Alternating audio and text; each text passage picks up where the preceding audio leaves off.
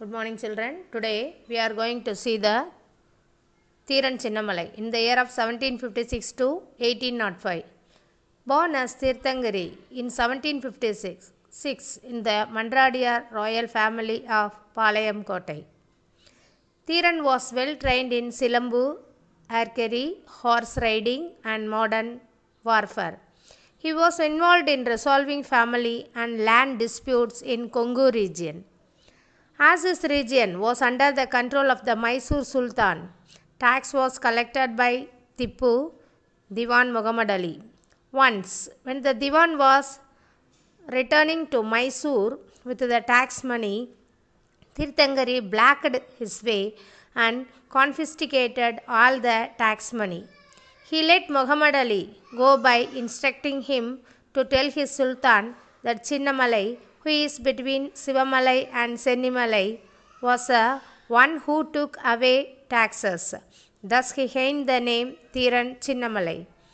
The Afan Diwan sent a contingent to attack Chinnamalai, and both the forces met and fought at the Noyal river bed. Chinnamalai emerged victorious.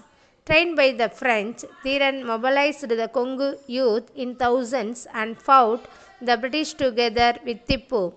After Tipu's death, Thiran Chinnamalai built a fort and fought a British without leaving the place. Hence the place is called Odonilai. He launched a guerrilla attacks and evaded capture. Finally, the English captured him and his brothers and kept them in prison in Sangagiri. When they were asked to accept the rule of the British, they refused. So they were hanged at the top of Sangagiri Fort on 31 July 1805. The next side heading is Vellore Revolt in the year of 1806. Before reducing all Palayakaras of South Tamil Nadu into submission, the East India Company had acquired the revenue districts of Salem, Dindigul at the conclusion of the war with Tipu in 1792. Coimbatore was annexed at the end of the Anglo-Mysore War in 1799.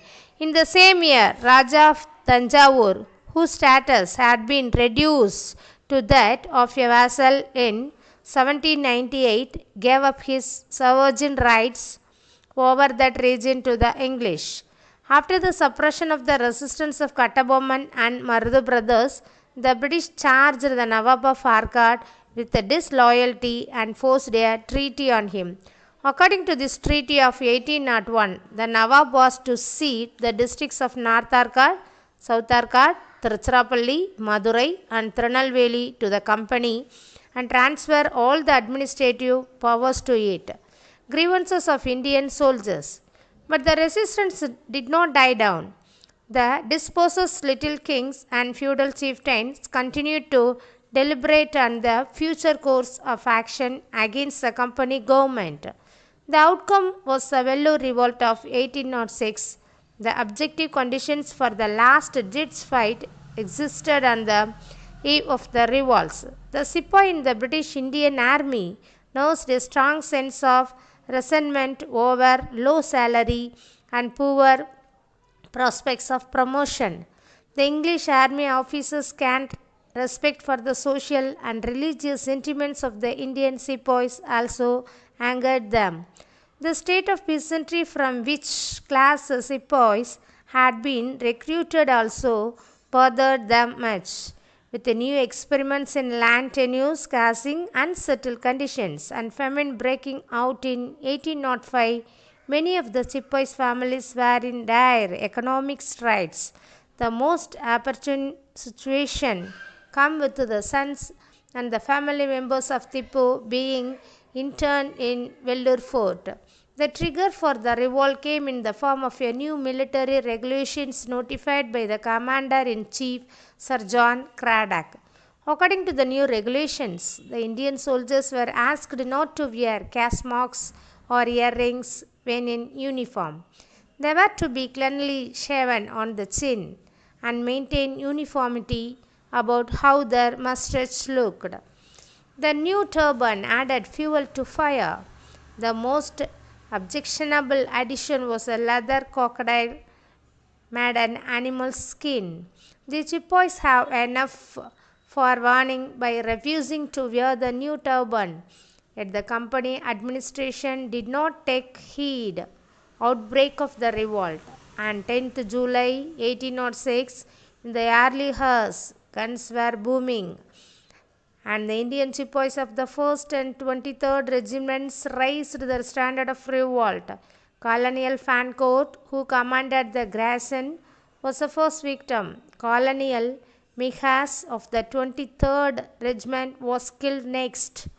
Major Armstrong was passing the fort, heard the sound of firing. When he stopped to enquire, he was shot with bullets. About a dozen other officers were killed within an hour or so. Among them, Heli and Pobum belonged to His Majesty Balutation.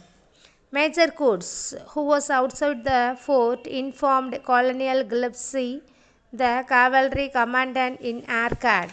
Gillespie reached the fort along with the squadron of cavalry under the command of Captain Young at 9 a.m. In the meantime, the rebels proclaimed Fath Hyder, Tipu's eldest son, as the new ruler and hoisted the tiger flag of Mysore Sultans in the fort. But the uprising was swiftly crushed by Colonel Gillespie, who threw to winds all war ethics. In course of suppression, according to an eyewitness account, 800 soldiers were found dead in the fort alone. 600 soldiers were kept in confinement in Tiruchirappalli and Vellore awaiting enquiry. Consequences of revolt. 6 of the rebels convicted by the court of enquiry were blown from guns, 5 were shot dead, 8 hanged. Tipu's sons were ordered to be sent to Calcutta. The officers and men engaged in the suppression of the revolt were rewarded with prize money. Colonel Gillespie was given 7,000 pagodas. However, the commander-chief, Sir John Cradock, the adjutant general Agnew, and Governor William Bentinck were held responsible for the revolt, removed from their office, and recalled to England. The military regulations were treated as withdrawn. Then next one is estimate of revolt. What were the causes of the failure of the Vellore revolt? The Vellore revolt failed because there was no immediate help from outside. Recent studies show that the organizing part of the revolt was done perfectly by Subedar Sheikh Adam and Sheikh Hamid and Jamidar Sheikh Hussain of the 2nd Balutation of 23rd Regiment and 2 Subedars, and the Jamidar Sheikh Qasim was the 1st Balutation of 1st Regiment. Vellore revolt had all the forebodings of the Great Rebellion of 1857. The only difference was that there was no civil rebellion following the mutiny. The revolt, 1806 revolt, was not confined to Vellore fort. It had its echoes Bellary, Valajabad, Hyderabad, Bengaluru, Nandidurg and Sangagiri Durg. These are the important causes of the failure of the revolt.